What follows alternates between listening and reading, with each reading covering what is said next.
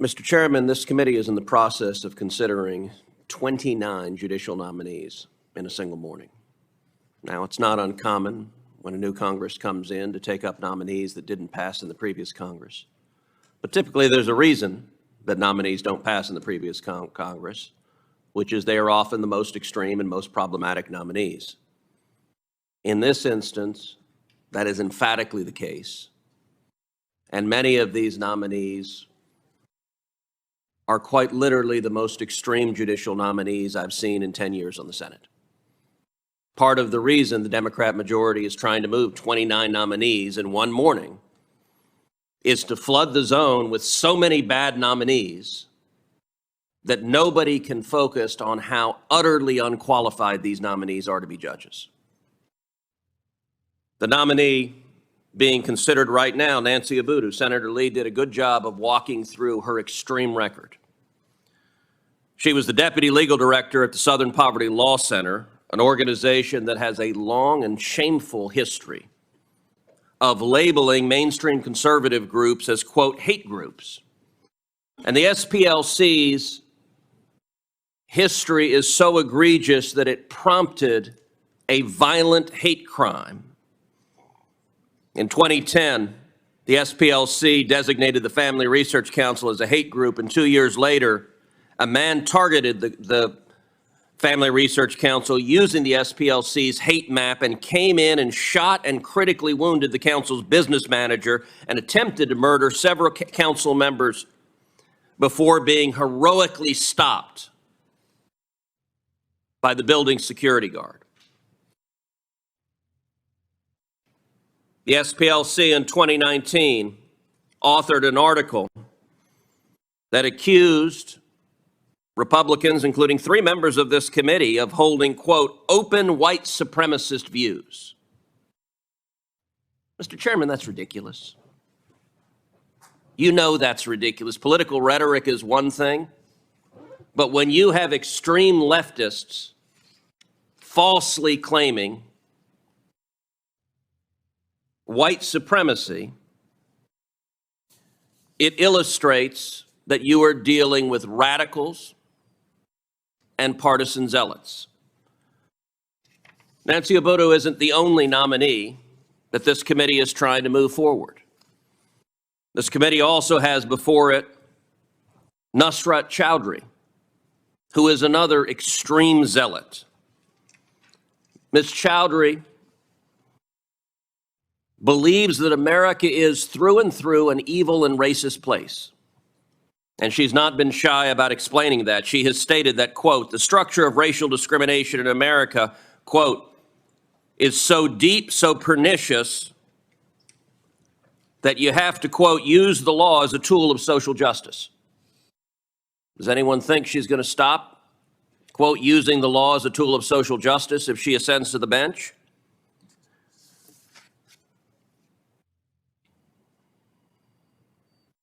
The most concerning thing Ms. Chowdhury said is she participated in a panel at my alma mater, Princeton University. The panel was entitled How Activism Informs Policy. And one of the panelists there suggested that police officers kill unarmed black men every day.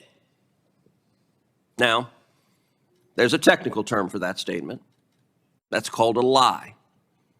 It's not even kind of sort of right. It is wildly, totally false. During her nomination hearing,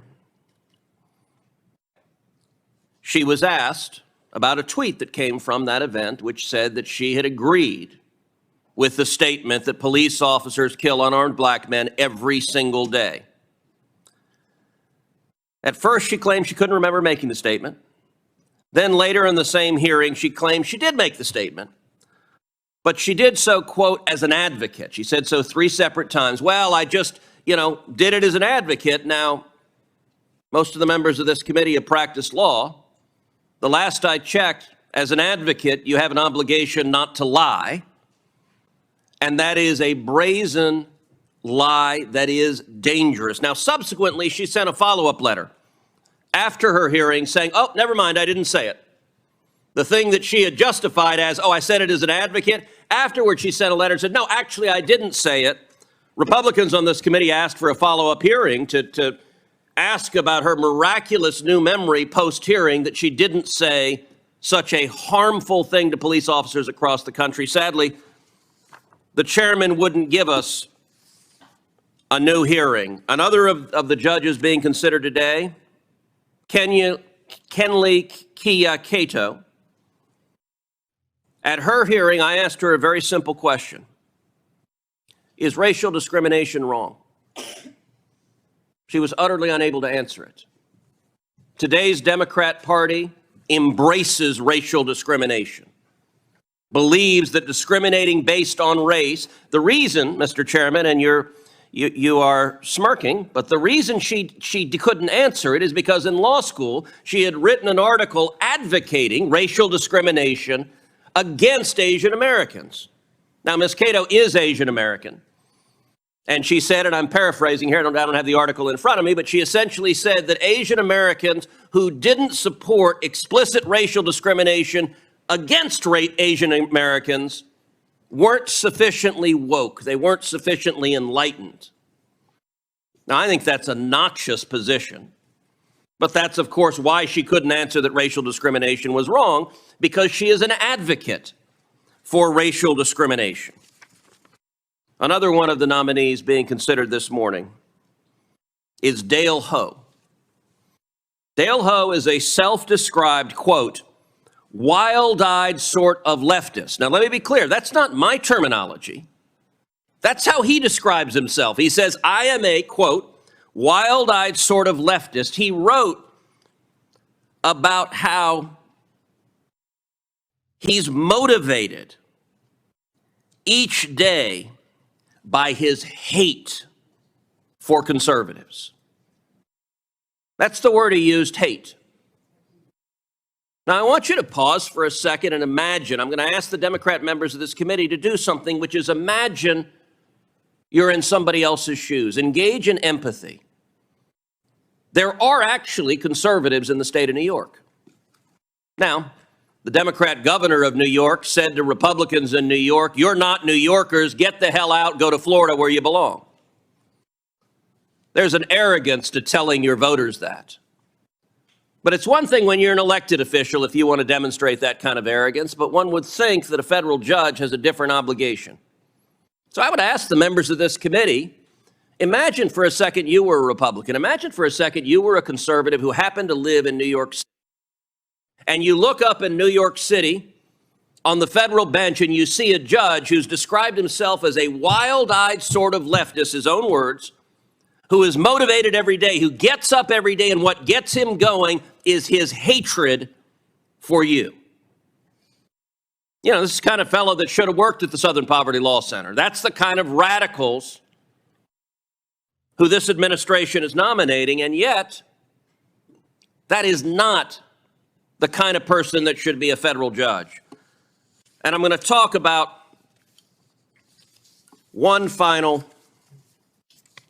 nominee that isn't before us today, but that will be soon, which is Charnel Beckelgren. Now, the members of this committee are aware of just how wildly unqualified this nominee was. She's been nominated to be a federal district judge, and our colleague, Senator Kennedy, whose cross-examinations on this committee have now become legendary, he asked her what Article 5 of the Constitution was. And she responded saying, well, she couldn't remember, she wasn't familiar with that. He then asked her what Article 2 of the Constitution was. And she said, well, that's not coming to mind either. It was a stunning display of her lack of qualifications to be a federal judge. Now, to be clear, asking someone what Article 2 of the Constitution is not some obscure legal gotcha. There are questions you can ask about bizarre, hidden legal theories that would be a gotcha, that wouldn't be fair not knowing what Article 2 of the Constitution is, which is what establishes the president and the executive branch, any first-year law student who didn't know what Article 2 of the Constitution was would flunk con law. And I will say Chairman Durbin subsequently said publicly she was likely to get confirmed. And he went on to say that he thought there were members of this committee who couldn't answer the question Senator Kennedy asked as well. I hope and pray that's not the case. I'm confident that on the Republican side of the aisle, the members of this committee know what Article 2 is. Are there any members of this committee who care to volunteer on the Democrat side of the aisle that you don't know what Article 2 is? If you didn't, you or I or anyone who didn't know what Article 2 was would not be qualified to serve on this committee. And I will say,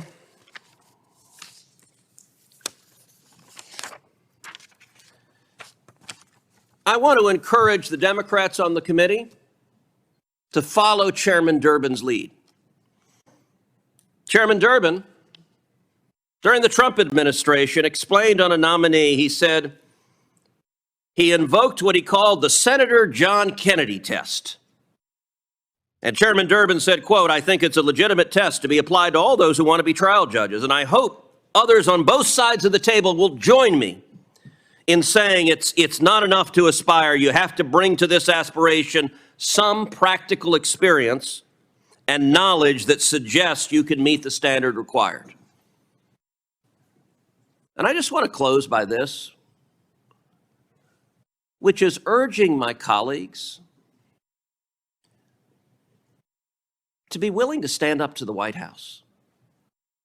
I'm confident that many, if not most of you, actually care about having a qualified judiciary. One of the things I cannot understand over the last 2 years is every Democrat member of this committee has voted for every single Biden judicial nominee 100% without failing. And I will say on the Senate floor, every Democrat has voted for every Biden judicial nominee. Not a single Democrat in the United States Senate has mustered the courage to vote no on a single nominee. And to be clear, it wasn't that long ago. We had a Republican president and a Republican majority in this body, and there were many of us who said on particular nominees, this is not a good nominee. We're not going to support this nominee. In fact, the John Kennedy test that Chairman Durbin referred to came from a Trump nominee who John Kennedy eviscerated at a hearing in a video that I still liken to watching a car wreck in slow motion. It was painful. But what happened?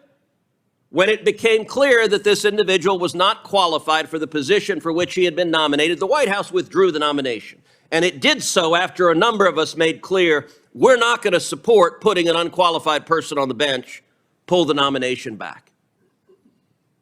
So I would ask members of this committee, is there anyone, if the White House nominates a ham sandwich, are Democrats prepared to rubber stamp Judge Ham Sandwich? And this also connects to the discussion on the blue slip. Look, I understand politics. Sometimes we put on team colors and you're a Democrat or Republican and you vote with your party, and that for a number of issues is fine. But do any Democrat members of this committee actually care about defending the institution of the Senate and your authority as a senator to represent your state? Because the blue slip, fundamentally, it's not even a partisan issue. It is fundamentally about Article 1 versus Article 2. Now, Biden's judicial nominees have no idea what I just said. But the blue slip is all about, are judges going to be picked solely by the president or by the home state senators? And let's be clear, this is not just when the opposing party is in the White House. When Donald Trump was president, there were some, I think, 22 judicial vacancies on the district court in Texas. When Trump was president, Senator John Cornyn and I, we have a bipartisan federal judicial evaluation committee that puts out a notice, a call for application, that interviews, that selects very qualified nominees, recommends them to us. I can tell you, during the Trump presidency, Senator Cornyn and I, we met together, we agreed, and for each vacancy, we forwarded to the Trump White House one name. One name, and for every single one the Trump White House nominated, the one name we forwarded. If the Democrats in this committee accede to the partisans who are saying get rid of the blue slip, temporarily you'll do some harm to Republicans on this committee by ramming through some terrible judges. But what you're really doing is giving away your prerogative. Every senator who's not even looking up right now is giving away your ability. I suspect Senator Booker cares about who's a judge in New Jersey. But if the blue slip goes away or is weakened by the Democrat chairman, you know what? Senator Booker's not going to have much of a say in who a judge in New Jersey is. And that's going to be true with a Democrat president or a Republican president.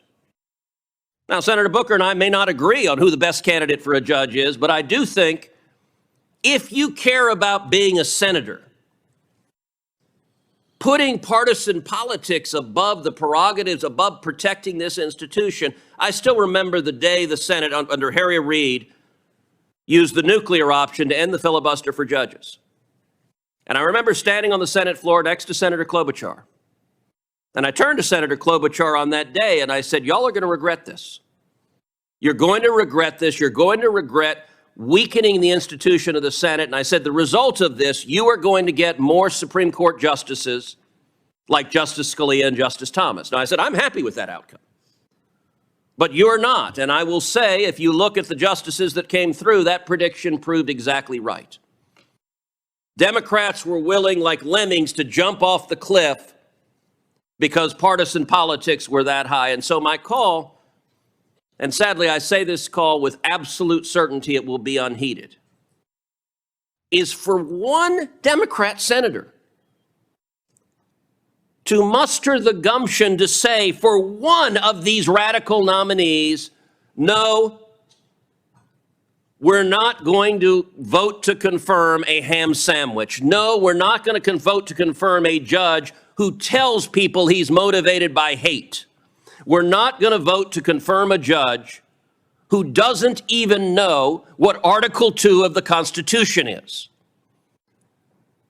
We have a responsibility on this committee to ensure that Article 3 judges have the right temperament, the right character, and will follow the law. These judges that are nominated are not going to do that.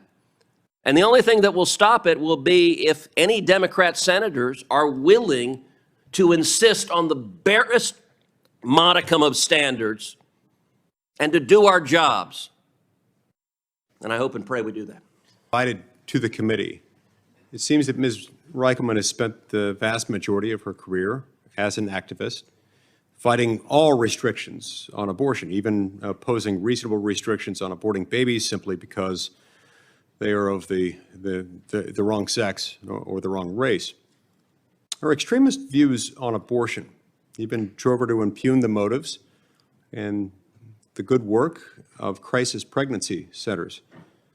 However, when asked, she refused to explain or apologize for any of her positions, some of which may have contributed to the violent attacks on crisis pregnancy centers after Dobbs. Instead of insisting she was somehow bound to make these outlandish statements in the name of advocacy.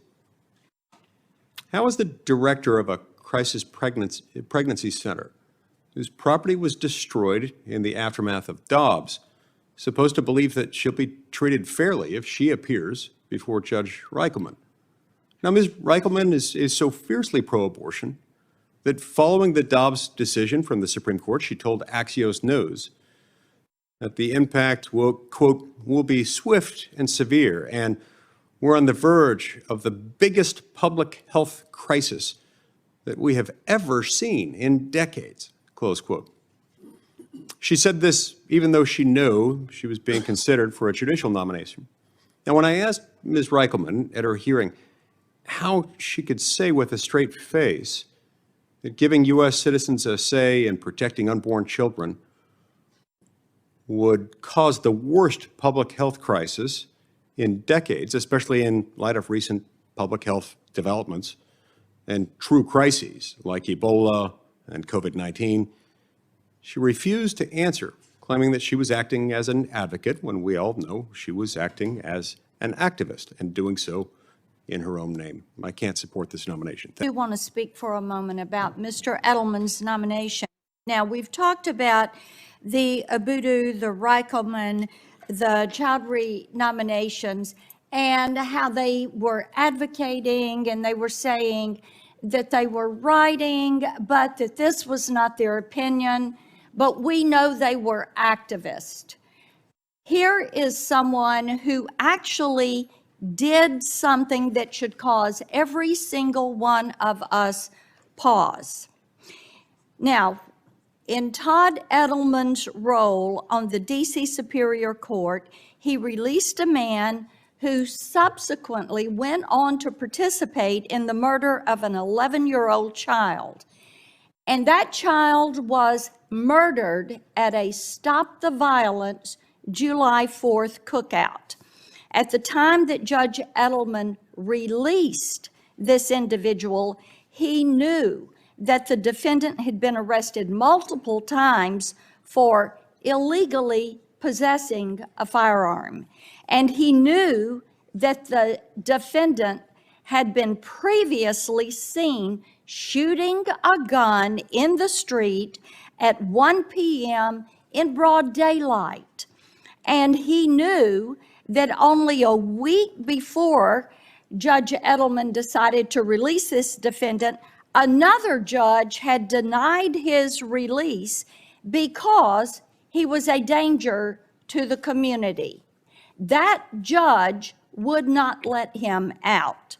He knew that releasing this defendant with a GPS ankle bracelet would not protect the community because he had already illegally fired a gun while he was on a GPS monitoring for a previous offense. Now, Judge Edelman knew every bit of this. He knew it. But he released this individual, and this individual went on to murder an 11-year-old at a Stop the Violence July 4th picnic. We talk about judgment. We talk about discernment. We question these individuals. This lack of judgment is absolutely despicable. This child is dead. And this individual, when I questioned him, did not provide sufficient explanation. He is unsuitable, in my opinion. I will be voting no.